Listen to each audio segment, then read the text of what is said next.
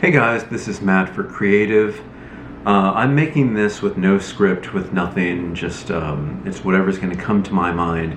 But today is January 19th, Tuesday, January 19th. I live in New York, and tomorrow Joe Biden is going to be inaugurated, and he's going to be officially President of the United States. Now, I used to live 30 minutes outside of Washington, D.C., but from what I can see in the news and what my parents tell me, because they still live there, the area is just completely locked down, and they're vetting a lot of people just to see who exactly is going to be around the area.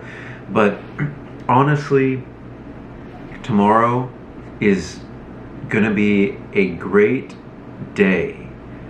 But it is just filling me with this kind of nervousness that I haven't really felt in a while. It's like I just can't get settled. I guess everything else in my life, and I don't mean to brag, is kind of going okay. Like, I don't feel upset about anything at the moment. But it's this one thing that there is the possibility of something happening tomorrow. I hope nothing does happen regardless, and I hope we can move on. But it's just kind of this sense of like, what may happen? What are the possibilities of things happening tomorrow? And who honestly knows? We'll figure it out, and again, we'll see what happens after tomorrow. So it's going to be, the inauguration coverage begins at 10:30 a.m. And I believe it officially, everything does begin at 12. So the inauguration coverage begins earlier in the day, and then at 12, that's when the official ceremonies will begin. I guess my thought would be, this is probably one of the only times that the President, Joe Biden, and the Vice President, Kamala Harris, are going to be in the same place, because they have been the targets of people not accepting them as their soon-to-be president and vice president. So, of course, we had the storming of the Capitol 2 weeks, I believe, to the day, and it's just,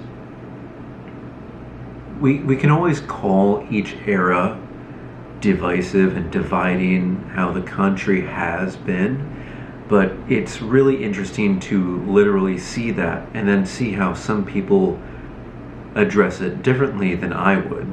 I'm not a person that's big on traditions or ceremony or anything like that, but when I saw the capital of the United States, the country that I live in, being taken over by extremists and terrorists,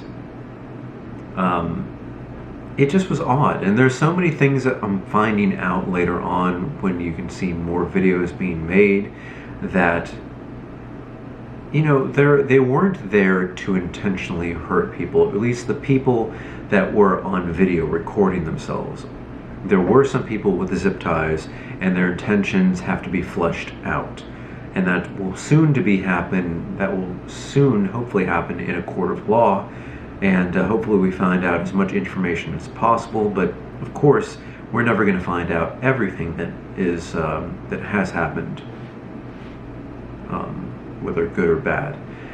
But it just seemed like these people were coming inside to make their voice heard. But now, I do want to separate this here. Some people have the idea that some of the Capitol Police did let them inside. Some people have the idea that some senators did give them guided tours of how the layout of the area was and is on the day that they would be inside. But there was one video that I saw of I believe it was a Capitol Police person. Literally, it was one police officer trying to control about at least 5 or more, and the number did grow of these people who are storming the Capitol, and they were walking right onto the Senate, or was it the House floor or Senate floor? I forget exactly what it was. But it was that guy with the horns with face paint, and he acted like that was just his right to be there. Now, the way that you choose to protest, everybody has a different way of protesting. Whether you do it peacefully, whether you want to be heard, whether you do it violently, there are many different ways to protest. Again, this one didn't seem like it was violent. It just seemed like some of the extremists did go that extra way and make it violent. Of course, you can see the beatings of the police officers. One police officer died on that day, and it's gross to see that. But the people that you see carrying away the podium and sitting at the desks of Nancy Pelosi and the House or Senate floor, again, I forget, they just wanted to be there just to make a point. But if I wanted to do that, or somebody else wanted to do that, we shouldn't be allowed just to go in the Senate floor to stop what it was, the certification of the election. That's a very important thing. That's a very important day every 4 years for us. I shouldn't be able to do that. And other people should not be able to do that. Whether they were instructing the police where there were not a lot of police presence there, maybe they were instructing them to keep hands off, to not escalate things. Now that's a tactic that I've seen used many times. They just didn't want to engage. But then it's really hard to say what, I don't know. It's really hard to say because there's so many pieces. Many people don't trust the outcome of the election. 70 million people did vote for Donald Trump, according to the polls, and 81 million voted for Biden.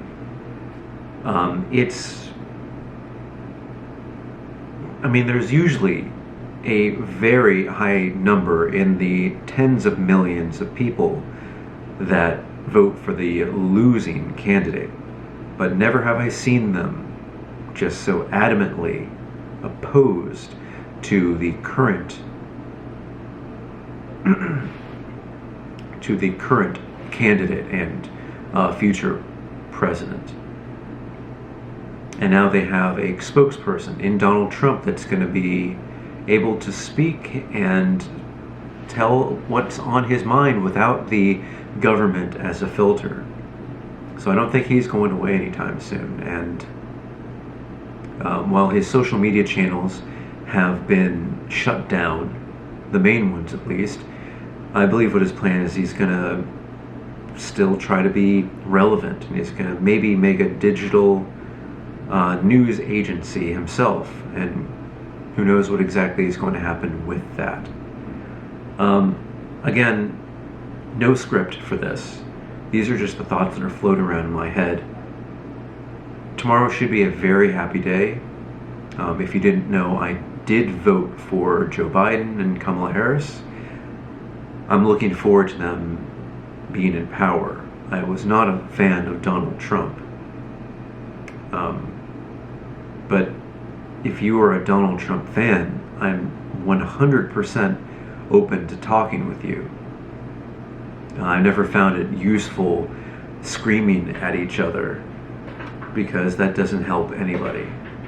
So if you want to talk, no matter where you're from, let me know, because I think the next 4 years are going to be about healing this country. Sorry, those are my cats. It's definitely going to be about healing this country, because the winners and the losers are going to have to get together. And it's how we're going to continue making this country great. So if you know of any supporter on the opposing side, talk to them. It's really time to come together. It really is time to come together and not continue to spread farther apart. If you have any questions or comments, you can put that in the comment section below here. I'm on Instagram at m8b9. You can email me at matt8b9@gmail.com.